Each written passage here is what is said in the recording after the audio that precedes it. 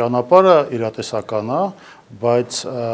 եթե խոսքը գնում է անդամակցության մասին, ապա անդամակցության ճանապարհը Հայաստանի, ինչպես նաև հետխորհրդային գրեթե բոլոր երկրների համար բավականին երկար է լինելու, բայց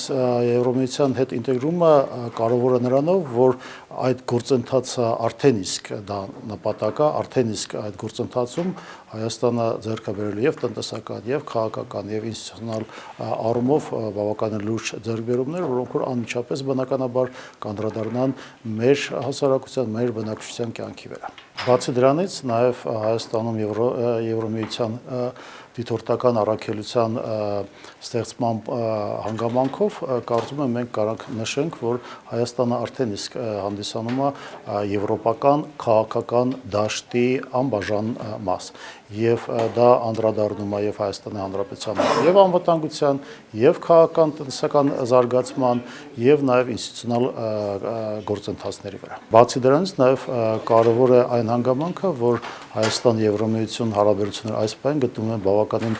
կարևոր էտապում, մայիսին սպասվում են 2 գագաթնաժողովներ Երևանում, որոնք որ կարծում եմ այդ տեսանկյունից կդառնան բավականին լավ հնարավորություն ներկայացնելու եւ արդեն ձեռք բերված ձեռքբերումները եւ նաեւ այն հեռանկարները, թե ինչ ուղղությամբ Հայաստանը եւ Եվրոմիությունը միասին աշխատելու են մոտակա տարիներին։